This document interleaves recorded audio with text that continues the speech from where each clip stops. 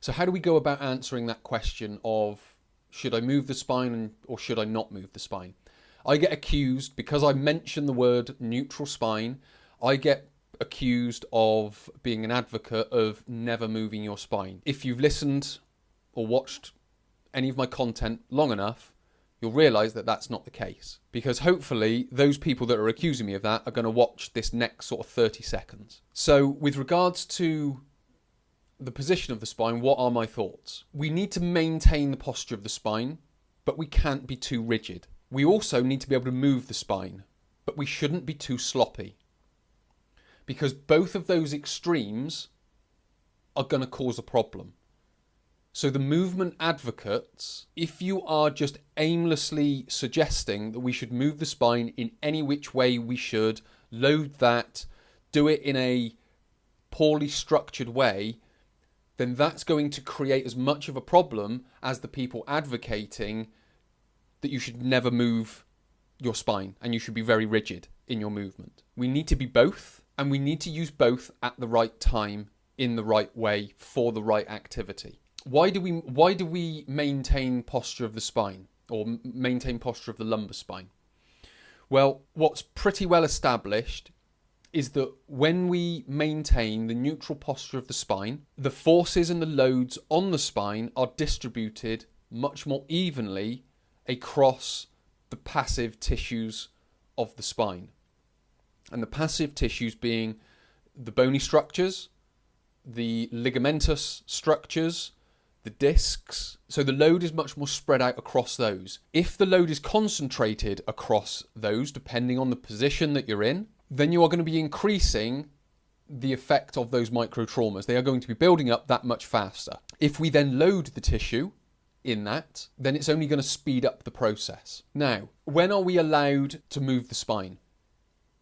Well, we are allowed to move the spine at any point. There are just certain caveats. Now, some of those caveats is when we are just moving our body weight, we are putting the least amount of load and force through the spine. Therefore, if we think about those microtraumas, they are going to build up most slowly. So when we are just moving in everyday life, when we are bending down to pick a pencil up off the floor, we are at least risk of injuring the spine. Now that will depend on how much margin of error you have. So let's just assume we have a large margin of error. We then bend our spine. We don't hinge at the hip. We just completely bend the spine and we pick up the pencil from the floor. We are at least risk of injury when we do that if we have a large margin of error. If we have a small margin of error and we pick that pencil up off the floor, we are at a greater risk. So we need to understand these caveats. If we have a large margin of error, because we've been building it, we've been building the capacity of the spine, and we then go and pick up a box from the floor that, I don't know, let's just say weighs 10 kilos or 15 kilos. Again, if we've got that large margin of error, it's probably not going to cause a problem. It may create a micro injury or a micro trauma for some reason, but if we've got that large margin of error, it's not really going to make a difference. But again, if we lift that same object with a small margin of error, it's going to have a bit more of a profound effect on our lower back. So should we move the spine? Absolutely, there's no problem with it. It just depends on the condition of the spine and the activity that you're doing. So if you're sloppy and you're moving the spine, then you're going to cause a problem.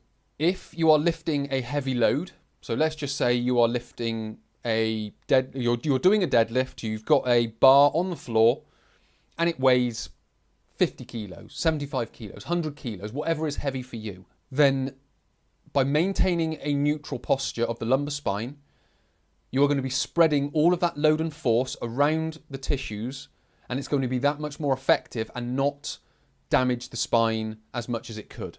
Now, just for the sheer load of that, if that is, for example, your 1 rep maximum, so that is the weight that you can lift only one time, then there is a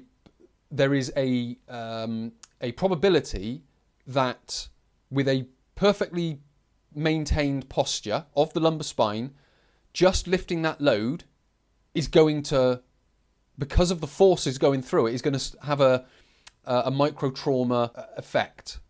So they could start to build up. So it doesn't mean that neutral spine prevents injury because you've got the load in that equation as well. So we have to take that into consideration. We have to understand that. And so when we're talking about should we be rigid, should we move, it depends on the scenario, it depends on the person. So we have to take that into consideration as well. So as I mentioned, there is no answer to it, but if we want to build the condition of the spine, first of all, we have to know what sort of margin of error we have, and then we have to know how to manage that margin of error. But what we're going to do in the next part is talk about how we can build a capacity in the lower back, which is essentially building a margin of error.